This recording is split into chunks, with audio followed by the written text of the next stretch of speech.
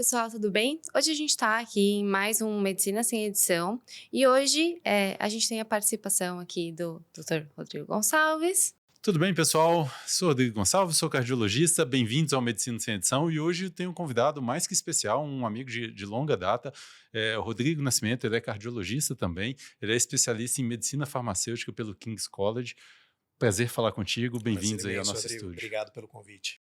Rodrigo, me conta uma coisa, você formou como cardiologista, depois fez arritmologia, e por que você caminhou para a indústria farmacêutica? Como é que você foi parar nesse mundo aí de expor para os colegas a medicação, sair um pouco da assistência? Como é que você chegou nisso? De forma bem resumida, essa trajetória que foi meio longa, mas foi tudo uma transição muito gradual, né?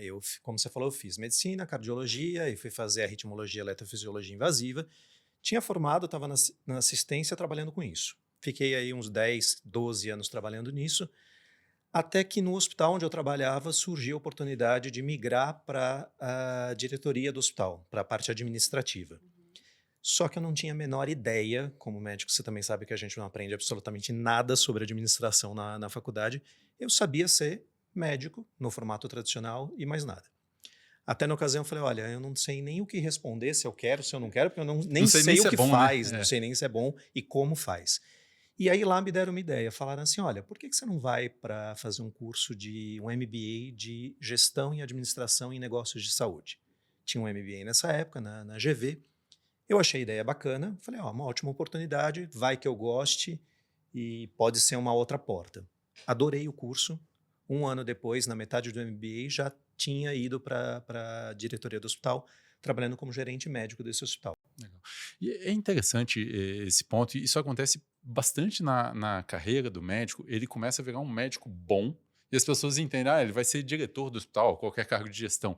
E uma coisa não tem nada a ver com a outra. Absolutamente nada a ver com a outra. Por sorte, você gosta, você gostou, Exato. mas... Ser médico, ser um diretor de hospital, ou ser professor, que é outra que eu coloco, não tem nada, uma coisa nada a ver com a outra. Quantos professores você tinha na faculdade que eram excelentes médicos e péssimos professores? Condição didática, né? Isso aí.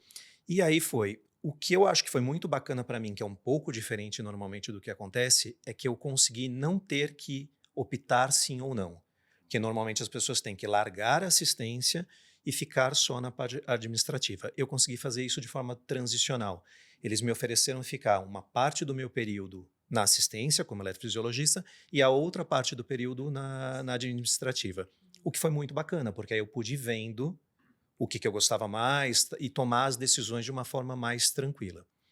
Estava já há quase 2 anos nessa parte administrativa do hospital, quando eu recebi uma ligação de uma indústria farmacêutica para compor aí, na verdade, para participar de um processo seletivo para uma determinada área terapêutica que tinha a ver com a minha, que era cardiovascular, nessa indústria. E aí eu topei participar desse processo. Foi um processo que durou mais ou menos uns 2 meses.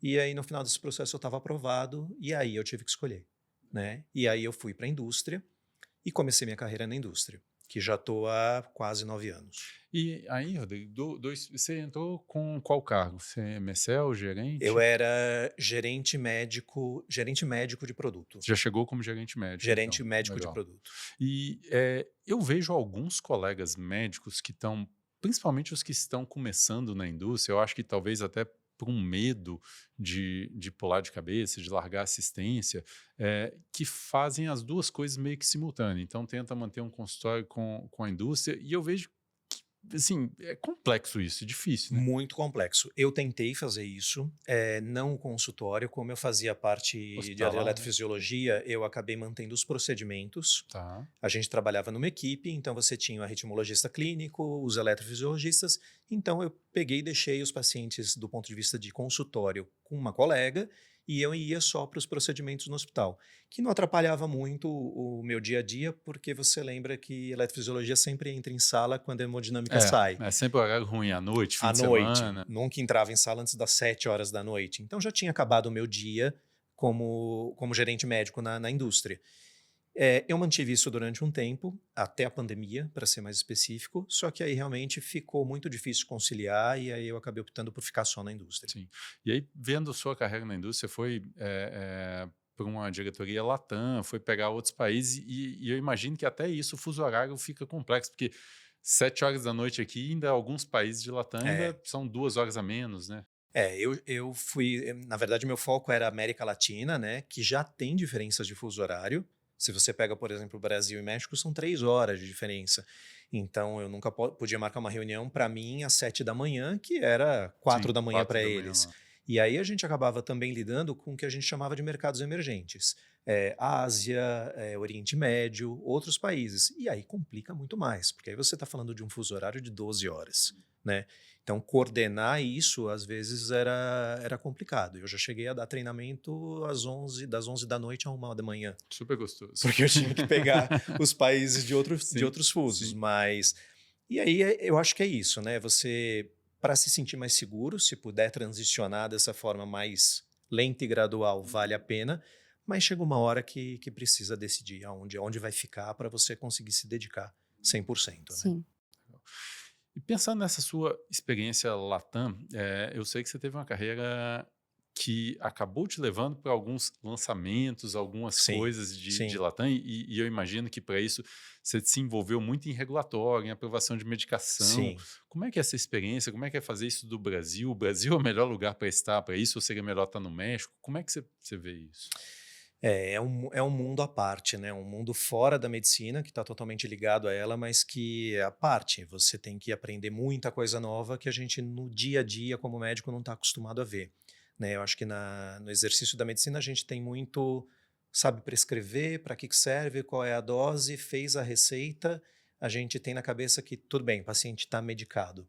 Não é necessariamente assim, né? Às vezes tem uma distância grande aí entre a gente conhecer um remédio e ele realmente chegar na mão do paciente. E o ambiente regulatório está totalmente envolvido nisso. Eu acho que na América Latina o principal ponto é que a gente tem uma diferença muito grande quando a gente fala de agência regulatória dos Estados Unidos, que é o FDA, né, e da Europa, que é o EMA. Por quê? É uma única agência regulatória, obviamente, dos Estados Unidos, que controla todos os Estados Unidos, e do EMA, que é uma agência A regulatória União que Europeia envolve inteira. toda a União Europeia. Então você tem aí uma constância de processos, de regulações muito fixa. Quando você vem para a América Latina, cada país tem a sua agência regulatória. Então você vem para o Brasil, tem a Anvisa, você vai para a Colômbia, tem o Invima, e assim sucessivamente. Então isso já é um fator, porque você vai ter normas diferentes, processos diferentes, regulações diferentes, e aí é onde o problema começa, né? Junto com isso, você não consegue desvincular uma agência regulatória do cenário político e econômico que está acontecendo em cada país. Então, isso tem influência, né? Porque a gente tem que lembrar que todas as agências são ligadas ao Ministério da Saúde daquele país. E o Ministério da Saúde tem repercussões econômicas e políticas que têm que ser consideradas. Então, vou dar um exemplo para vocês. Se você pegar no último ano, de todas as drogas que foram aprovadas pelas agências regulatórias americana e europeia, 61% delas somente foram aprovadas em algum país da América Latina. Não estou falando nem em todos, tá? Em algum país. Entre a aprovação e o medicamento ser disponibilizado para o paciente, ainda tem um outro percurso e um outro processo. Porque a gente tem que lembrar que os sistemas de saúde são fragmentados. Você tem setor público, você tem setor privado. No setor público, que é onde normalmente os pacientes têm mais acesso aos medicamentos, o órgão que aprova a droga no país não é o mesmo órgão que incorpora, e aí você tem todo um outro processo que demora mais tempo. Então, é um cenário bastante complexo e que isso acaba implicando na disponibilidade desses medicamentos para os pacientes, né? E eu acho que aí tem um ponto interessante, porque o colega que trabalha na indústria, que está nos vendo, geralmente tem esse conhecimento, mas quem está muito focado no cenário brasileiro pensa, poxa, são vários países diferentes e cada um, obviamente, tem sua agência regulatória, não tem que seguir igual nos Estados Unidos. A agência é de lá, o FDA é só dos Estados Unidos. O problema é, o mercado americano é muito maior que o mercado Latam. Provavelmente Latam, e é óbvio que varia de molécula a molécula, mas responde aí por 10% do mercado americano, às vezes menos que isso. Sim. Então, se a gente conseguisse juntar igual a União Europeia fez, que é uma agência única para um bloco de países, seria muito mais simples, né? Então, por mais que sejam países diferentes, com situações diferentes, a questão isso acaba aumentando o preço até do próprio medicamento, né? Acaba. Vamos pegar, por exemplo, pelo lado da indústria que está produzindo aquele medicamento, né? Ou aquela vacina, o que quer que seja. Quem tem que solicitar para o órgão regulatório a aprovação é a indústria, né? Detentora da patente daquele medicamento. Então, você pensa que no caso da América Latina, toda a documentação, dossiês, documentos, reportes de segurança, enfim, uma infinidade de documentação que vocês podem imaginar que tenha, eu tenho que preparar isso, no caso da América Latina, um kit para cada país, porque as agências regulatórias são diferentes e várias têm exigências diferentes. Quando eu vou submeter essa medicação para aprovação na Europa, por exemplo, é uma única vez. Eu submeto ao EMA, que é o órgão regulador, e ele aprovando é o sinal para que a droga pode ser incorporada para aquele grupo imenso de países da Europa.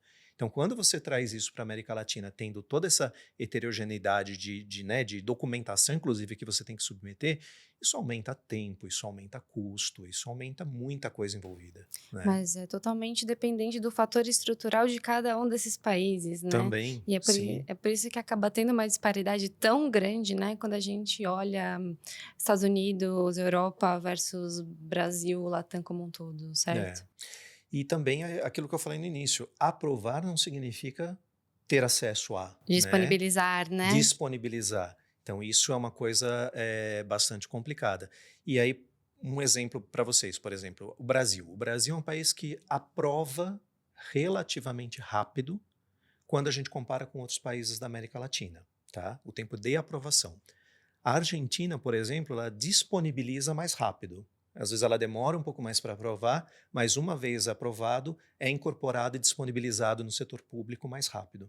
Quando você pega a Colômbia, por exemplo, eles não só aprovam o maior número de drogas, historicamente, quando você compara nos últimos anos com os outros países, mas também disponibilizam mais rápido. Então, vejam, né, como é diferente de um cenário de um país para o outro. Então, tudo isso tem que ser levado em consideração quando você planeja, faz todo o esquema de aprovação e lançamento de uma medicação na América Latina, né? E você acha que quando existe essa disponibilidade muito mais rápida ou muito mais fácil, como por exemplo o caso da Colômbia, você acha que tem um risco ali da regulação desse medicamento no país? Então, por exemplo, a gente vê muitos medicamentos, dermo, todo tipo de classificação disponibilizada nos Estados Unidos, e aqui no Brasil a gente tem uma, né, Anvisa mais rígida, né? E muitas vezes a gente acaba vendo exemplos nesses países em que acabam tendo casos em que tiveram efeitos controversos ali nos pacientes.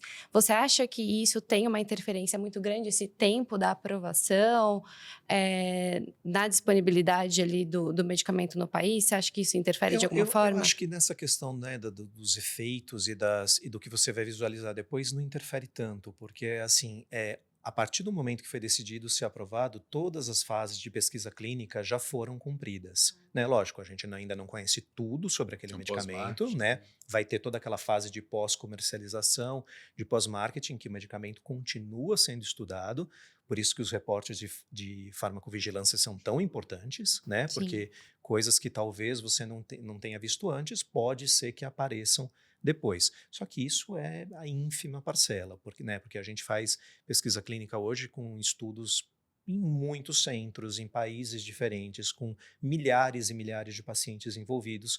Então, efeitos que podem ser comuns já foram pegos nessas fases, né?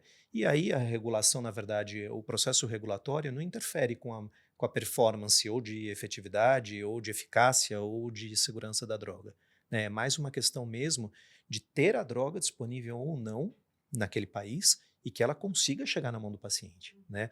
Porque o outro problema é esse. Tá, tudo bem, a droga está aprovada. Medicamentos inovadores, normalmente são medicamentos caros, né? Adianta muito aprovar se a população daquele local não consegue ter acesso, não consegue comprar a droga? Então, para isso, você vai ter que incorporar no sistema público de saúde daquele país, que é quem disponibiliza. Só que aí você também tem Um impacto implicações, né? financeiro importante dependendo da Do medicação, dependendo do orçamento. tanto de Sim. pessoas que isso vai Exato, ser alcançado. exato. É uma doença altamente prevalente, é uma doença não tão prevalente assim. Isso tem implicação em orçamento do Ministério da Saúde. Sim. Então é um ambiente muito complexo. Até para agilizar e para tentar facilitar todas essas discussões que tem que acontecer com todo mundo, né? Com a sociedade, com os profissionais de saúde, com os pacientes, com as empresas farmacêuticas, com os governos. Todo mundo tem que estar na mesma mesa, tentando viabilizar e agilizar isso da melhor maneira possível, cada um fazendo a sua parte, né? A gente tem na América Latina um conselho consultivo que foi criado que chama FIFARMA, tá? É um conselho basicamente que você tem diretores sêniores, executivos sêniores de grandes indústrias farmacêuticas, tá? Não de todas, mas de uma boa parcela, junto com executivos sêniores de outros órgãos e de associações, todo mundo sentado nessa mesa, na América Latina, para conversar e tentar ver como é que se vai viabilizar não só aprovações mais rápidas, mas acesso mais rápido aos pacientes. Eu acho que isso é extremamente benéfico, porque isso acelera a conversa e você acaba moldando melhor aí esse ambiente regulatório que a gente precisa. Sim. Né? Isso é interessante, porque principalmente, vou trazer para a cardiologia, que é uma área que tem muito estudo. Quando você pega remédios para a área cardiometabólica, de Uhum. maneira geral, todos eles, para serem submetidos para a FDA, já tem um volume de informação de pacientes, volume de estudo. Nenhum tem menos que 3, 4 estudos, nenhum tem estudo com menos de, sei lá, hoje um remédio para diabetes, 5, 6, 10 mil pacientes por 4, 5 anos. Aham. É pouco provável você não conhecer os principais efeitos colaterais, os riscos associados à medicação. Quando você submete isso a uma Anvisa, a um órgão Latam, você recebe um parecer falando, ó, foi negado por conta disso, faltou estudo, eu queria ver com a minha população, como é que é isso? Sim, isso acontece. Você tem órgãos que analisam isso, por exemplo, né, no caso do Brasil, a Conitec, quando você submete para a tentativa de incorporação e a Anvisa na hora da aprovação, e isso é analisado por comitês técnicos, né, dentro dos órgãos reguladores. E aí você recebe uma devolutiva, olha, você apresentou o estudo tal que diz isso, isso, isso. A análise estatística, no nosso ponto de vista, tem esse problema. Ou então, a amostra para nós, por causa disso, disso, disso, não foi representativa. Então, é discutido do ponto de vista técnico, né? Todos esses dados científicos que são apresentados, e se chegar à conclusão de que realmente, olha, temos fragilidade em algum ponto, dados precisam ser revistos, novos estudos precisam ser feitos, e a gente faz. Tá? Isso realmente acontece. Então, existe toda uma Você tem esse discussão. reporte, então, do Tem, porquê de não ter sido tem. aprovado e tudo mais. A minha experiência maior é com o Brasil, tá? E no caso do Brasil, eu posso te assegurar que sim, que a gente tem essa conversa bastante aberta e com todas, né, com todos os dados científicos sobre a mesa e tudo é analisado. Pequenos, mínimos detalhes são analisados e isso é conversado. E até aí tudo bem, porque você recebeu lá a Tem que ser informação, assim. você precisa fazer um estudo assim, assim, assado. Você vai pensar, eu preciso, vou fazer, não vou fazer, porque não compensa e tá tudo bem. Ciência bem feita É, e de qualidade, é isso isso. não é problema para absolutamente Sim, ninguém. A gente sim, está totalmente aberto a fazer isso, sim. né? E existe um caminho das pedras para lançamento fora os outros países da Latam? E aí, exemplos que eu quero dizer é mais fácil eu ir num país específico e começar por lá, ou já vou em todos de uma vez, porque vai correr o tempo meio em paralelo? A gente trabalha muito em cima dos tempos regulatórios, dos tempos de aprovação, porque como, por exemplo, indústria farmacêutica, você só está liberado para trabalhar aquele medicamento, a falar daquela molécula, a falar daquele medicamento, depois que a droga está aprovada pelo órgão regulatório. Né? Então, primeiro você precisa ter a aprovação pelo órgão regulatório. Depois você pode começar a trabalhar tudo. A marca, ou seja, a droga. Até então você não pode fazer nada, que eu acho correto. Né? Eu acho correto. O órgão regulatório daquele país tem que ter certeza que você está apresentando um produto que é eficaz e, acima de tudo, seguro para aquela população.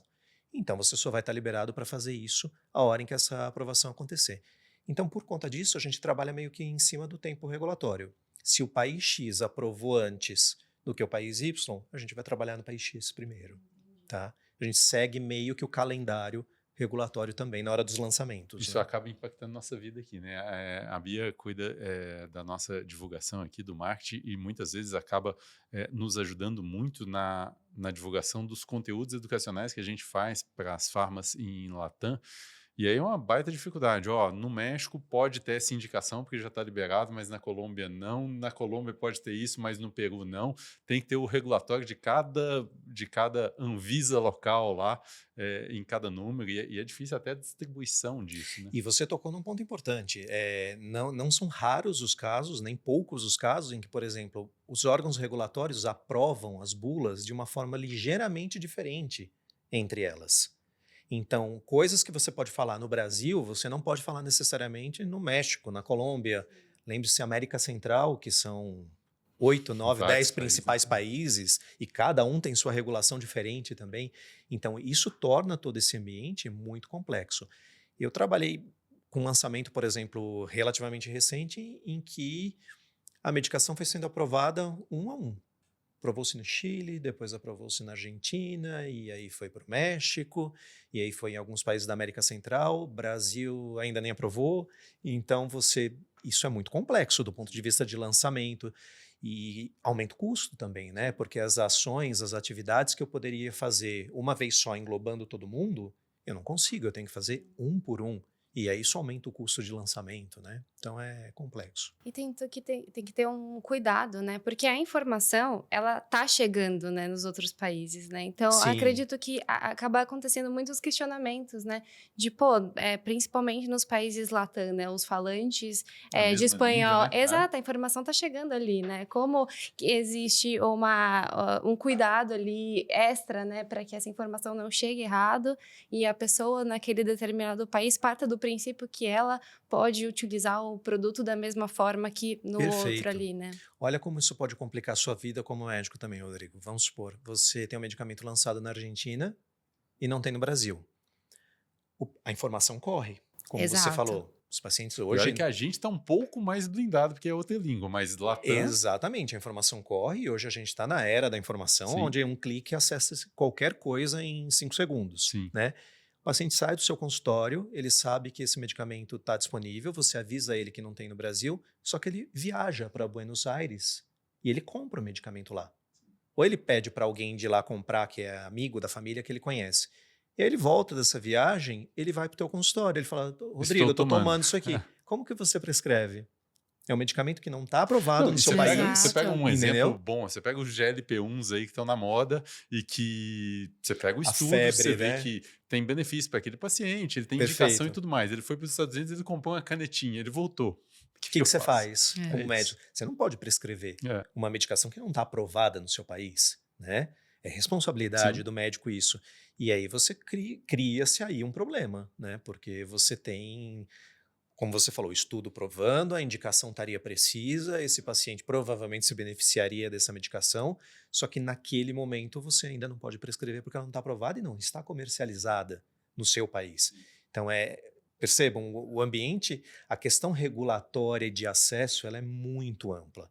Por isso que ela tem que envolver muita gente diferente de diversos setores sentados na mesma mesa, conversando a respeito, para beneficiar, no final das contas, uma única pessoa, que é o paciente e o principal, né? Que deve ser beneficiado. E dentro da comunicação, né, da divulgação do produto ali pela área de marketing, né?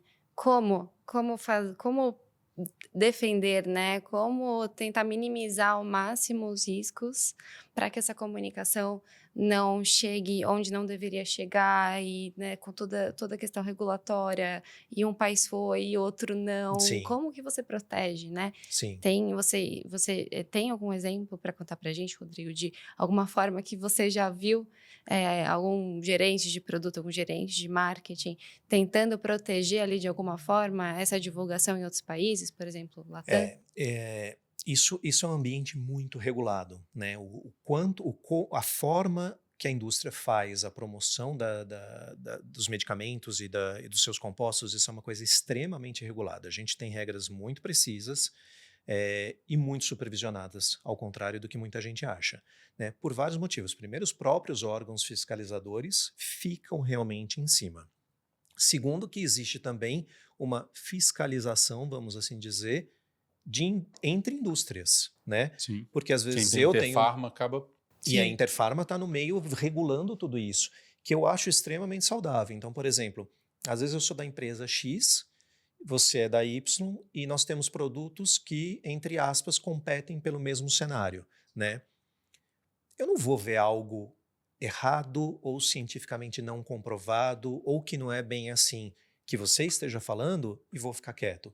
Porque é o que eu costumo dizer dentro da indústria farmacêutica, né? A gente está vendendo remédios, não é para todo mundo. É para quem precisa usar e usar do jeito certo. É diferente se eu vendo, por exemplo, vou dar um exemplo aleatório qualquer, perfume, tá? Eu posso, talvez, tentar promover a ponto de que qualquer ser caminhante Ficaria bom use naquele e perfume. Perfeito. compre, porque eu não vou ter grandes implicações, né? O máximo que vai acontecer é a pessoa usar, não gostar, abrir mão daquele perfume e tá tudo certo. Com remédio a gente não pode fazer isso, né? Então tem que ter uma regulação muito, muito grande e muito atenta para que isso não escape, porque a gente pode estar aí trazendo risco à vida de pessoas, né? Então isso tem que ser um ambiente regulado. Então, por exemplo, o pessoal de marketing, eles tomam bastante cuidado. Então, um exemplo, eles pedem para que seja feito um material de educação médica, por exemplo, seja em vídeo, sejam aulas, o que for. Eles vão revisar exaustivamente esse material. E se é um material que, olha, nós vamos disponibilizar para 5 países, eles vão checar a regulação de cada um desses 5 países, ver qual é o status da medicação e das indicações aprovadas pelo órgão regulatório de cada um daqueles países e vão bater e vão cruzar essas informações com o material. Então, olha, tem uma informação aqui a mais que pode ser dita para o Brasil, para a Argentina, para o México, mas não pode ser dita para a Colômbia. Eles não vão disponibilizar aquilo para a Colômbia, porque aquilo não pode ser dito na Colômbia, porque não foi aprovado daquela forma. Então, é um trabalho realmente muito criterioso e muito em cima. Então, um exemplo que você me pediu é controle rigoroso no material médico, de educação médica que é veiculado. Sim. Isso as indústrias têm que fazer. E isso é tão sério. Você vai ficando velho e mantendo memória, você vai lembrando de alguns fatos. Não sei se você vai lembrar. Eu vou, estou bem mais velho que você. Não, não.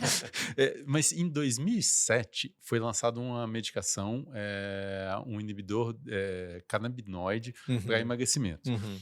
Uma medicação fantástica, diminuía a gordura abdominal, possivelmente aumentava a sobrevida, era um emagrecimento em princípio saudável, porém não podia utilizar em pacientes depressivos. Foi lançado no mundo em 2007, nem existia Uhum. rede social como tem hoje e tudo mais. Aquilo começou a vender e tinha lá na bula grande, não pode ser usado em paciente depressivo. Óbvio que usaram. E aí Taxa aconteceram de suicídio. 2 ou 3 mortes seguidas assim, de Aham. suicídio na Europa e o remédio teve que sair de linha. Imagina o custo, além de vida, o custo geral disso. Os caras lançaram um remédio, puseram no mercado, fizeram divulgação mundial, de repente, sei lá, eu acho que o remédio não ficou 6 meses no mercado. Então, e sabe o que é pior? Além de tudo isso, você acaba sepultando uma droga que A seria classe, né, quase benéfica inteira. para É isso. muitos É pacientes isso. pelo uso errado. E aí, quem tem culpa nisso? Muita gente, né? Inclusive o médico, que Sim. está prescrevendo de uma forma off-label, que a gente chama. Uma forma que não tem indicação em bula e mesmo assim ele prescreve. Esse é o grande perigo do off-label, né? E esse ponto que você comentou é interessante, porque provavelmente é uma medicação que ajudaria muita gente. Exato. Mas aí você prescreveu errado, o laboratório está certo, eu faria a mesma coisa, para não correr o risco, tira Não, a e o órgão medicação. regulatório também. Também, Ele também não tirou de comercialização somente porque ele quis. Porque teve um órgão regulatório que falou: olha, chega, não vai comercializar mais, porque está colocando em risco a população. E aí, é o que eu falo, você sepultou talvez uma grande chance de tratamento para a pessoa, só que para o paciente certo, não para todo mundo. Sim. Por isso que eu falo, tem que ter muito critério, porque remédio não é para todo mundo, é para quem precisa. Sim. E usado da forma correta, né? Essa sua fala é muito importante. E a gente tá puxando muito atualmente, né, os remédios prescritos pelas revistas, pela televisão, todo mundo. É legal, tem vários, assim, né? Uhum. Os de emagrecimento sempre vão estar nesse hype, mas Sim. tem vários. Tem remédio para cólica, para dor de Sim, cabeça, sim. para pressão, é o remédio Sim. da moda. Os remédios para aumentar a performance ali, as ritalinas, os sildenafilas, e a população vai usando e se colocando em risco, Sim. colocando em risco toda uma classe de remédios por conta disso, né? Bem ruim.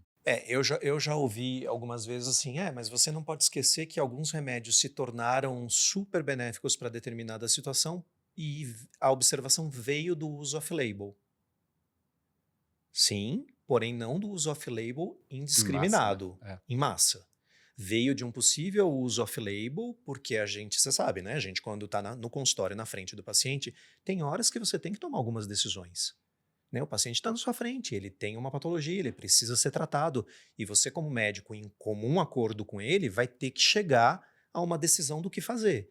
E, eventualmente, raramente, mas isso acontece, você acaba prescrevendo algo off-label neste cenário, analisado com o risco-benefício pesado de forma consciente. Não é off-label porque eu simplesmente quis prescrever qualquer Exato. coisa para qualquer pessoa. Tem o né? histórico do paciente que está com você, Toda uma né? análise, Sim. todo um conhecimento científico e técnico por detrás, né? E aí você acaba observando determinados efeitos. A hora em que isso se torna um pouco mais comum, você fala, bom, agora precisa estudar, já que a gente viu esse efeito, vamos estudar, vamos ver se isso é válido, vamos fazer um grande estudo certinho, com as bases científicas do jeito que tem que ser, para provar se isso é verdade ou não. E aí nasceu uma nova indicação daquela medicação. O que a gente está falando não é isso, é simplesmente a prescrição É uma indiscriminada, moda mesmo, né? por modismo. E aí é onde você corre o risco de tirar de circulação uma medicação que poderia estar salvando e ajudando milhares de vidas. Né? Sim. E me conta uma coisa, Rodrigo, como é que você tem visto aqui, não a parte da aprovação, mas a parte de disponibilização lá das medicações, principalmente aí as medicações públicas com o Conitec, como é que você tem visto isso no Brasil? Qual que é o cenário que você vê para os próximos anos? Porque eu sei que a gente não está numa fase financeira muito boa. Exato. Como é que você vê esse acesso aí? Como eu falei para você, trazendo esse dado, né, da Fifarma, a gente aprovou na América Latina muito menos do que se aprovou nos Estados Unidos e na Europa. E disso que se aprovou, metade só foi realmente disponibilizado por incorporação em sistema público e disponibilização para os pacientes. Então, o fato para o futuro, a gente precisa melhorar. Né? Esse número tem que aumentar. Se a gente for pegar as classes de medicamentos que vieram, foram basicamente medicamentos para oncologia, doenças raras e imunobiológicos, que faz algum sentido, né? São as maiores lacunas que a gente tem aí de necessidade de tratamento para os pacientes. Né? Quando você vai para, sei lá, outras doenças, não essas que eu falei, vamos pegar um exemplo, hipertensão arterial, por exemplo. Não que não precise, né, de novos medicamentos, mas você tem aí uma gama, um arsenal terapêutico relativamente amplo para conduzir bem a maioria desses pacientes, né? Não faltam grandes coisas. Agora, quando você vai para oncologia, para doenças raras, para doenças, né, reumatológicas, enfim, você tem aí doenças até hoje que não têm tratamentos disponíveis. Então, neste cenário, alguma coisa, quando descoberta e comprovada, tem que chegar nas mãos desses pacientes. Então, esses foram os grupos mais aprovados, né? E que também são os grupos de maiores necessidades e são os medicamentos mais inovadores, portanto, mais caros. Então, eu acho que para o futuro, esses números têm que melhorar, né? Seja no Brasil, seja na Argentina, na América Latina como um todo, a gente tem que ter todos esses atores aí sentados na mesma mesa. Governo, olha, eu posso agilizar em tal sentido, eu posso rever meu orçamento e destinar mais verba para isso. Indústrias farmacêuticas, olha, eu posso ajudar diminuindo o custo nisso, fazendo parceria naquilo. As associações de pacientes também têm que ter essa conversa. Então, eu acho que para os próximos anos a gente tem que ter aí maior agilidade e maior disponibilidade. Não adianta só agilizar a aprovação. Tem que chegar na mão do paciente. Sim. E você tem visto algum movimento para que isso ocorra? Eu acho que a Fifarma é um dos maiores movimentos, falando em América Latina, né? Eu acho que extremamente saudável para que isso aconteça. Porque foi alguém que teve a ideia e falou assim, tá bom, vamos elaborar esse fórum, vamos pegar essa responsabilidade e vamos conversar sobre ela. Então, eu acho que ter isso de forma estruturada, né? Pensando como uma região e não mantendo essa coisa de só país por país por país, eu acho que acelera muito a conversa. Quando a gente fala de exigência regulatória, aqui você tem sentido que é maior do que FDA, do que EMA, ou mesma coisa, mesmo grau de exigência? Eu acho que é o mesmo grau de exigência. Você tem, por exemplo, você tem órgãos como a Organização Pan-Americana Regulatória, que você estabelece, por exemplo, você classifica as agências regulatórias de nível 1 a 4, tá? Que é em termos de rigor para aprovação, enfim, todo esse processo aí de aprovação. Você pega agências, por exemplo, Anvisa é nível 4, FDA é nível 4, EMA é nível 4. Então, são agências regulatórias criteriosas, exigentes, como eu acho que realmente tem que ser, tá? E que também tem um bom padrão de qualidade em todo o processo regulatório para aprovação. Então, eu acho que, nesse sentido, a gente, falando de Brasil, né, Anvisa, a gente está muito equiparado às outras. O que eu acho que realmente faz diferença é o tempo. Sim. O tempo para que os processos aconteçam. Isso a gente precisa melhorar. Né? E aí está envolvido um monte de coisa. Sim. Equipe técnica que você tem disponível, número de técnicas capacitadas, legislação envolvida. Então, aí você tem todos as entrelinhas de cada um dos países que tem que agilizar e melhorar para esses tempos melhorarem também. Nesse contexto, foi lá no caso da Colômbia, né, que você estava comentando, foi exatamente essas movimentações em conjunto que aconteceram para hoje ter um resultado melhor e efetivo? Exato. De maior agilidade. Sim. Né? De maior agilidade. Eu acho que, por exemplo, nesse sentido, a Colômbia é um modelo bastante bacana da gente olhar e da gente ver, né? E esse intercâmbio de informações, por isso que eu falei também, né, da FIFARMA, é importante, porque aí você acaba tendo essa informação circulando de uma forma mais como um grupo, como uma região e não isolada, e aí boas práticas podem ser aplicadas em qualquer lugar. Então, eu acho que é por aí, né? A hora que senta todo mundo para conversar no mesmo fórum, as ideias começam a surgir. Opa, peraí, você está fazendo assim, isso funcionou? Como que eu posso adaptar isso e aplicar no meu caso? E aí as coisas vão melhorando. Facilitar a vida de todo mundo. Né? De todo mundo. Rodrigo, infelizmente nosso tempo está chegando ao final. Foi rápido. Você tem alguma mensagem, algum recado para dar lá para o nosso colega que é gerente de produto, é médico, trabalha na indústria e que está aí com os mesmos desafios que você acabou de comentar e que pode ajudar aí na carreira desse colega? Eu acho que o mais importante, quem está na área médica, que a gente chama de negócios médicos ou medical affairs, né, da indústria farmacêutica, é lembrar sempre que seu conhecimento técnico como médico, ele é muito importante. Ele é tão importante quanto no momento em que você estava sentado na cadeira do seu consultório com o paciente à sua frente, que você tinha que disponibilizar de tudo que você aprendeu de medicina, da parte técnica até então, para tomar uma decisão. Isso é tão importante quanto dentro da indústria farmacêutica. Só que também nunca esquecer que quando você está dentro dessa indústria, você faz parte do negócio e você precisa ter visão estratégica. Sim. Visão estratégica para o negócio, trabalhar de uma forma muito conectada com todas as áreas. Os braços dentro de uma empresa têm que ser dados da área médica, com a área de marketing, com a área comercial, com a área regulatória, com a área de farmacovigilância. Tem que estar todo mundo realmente unido em prol do mesmo objetivo, que é levar um medicamento eficaz, seguro, para um paciente que vai se beneficiar dele.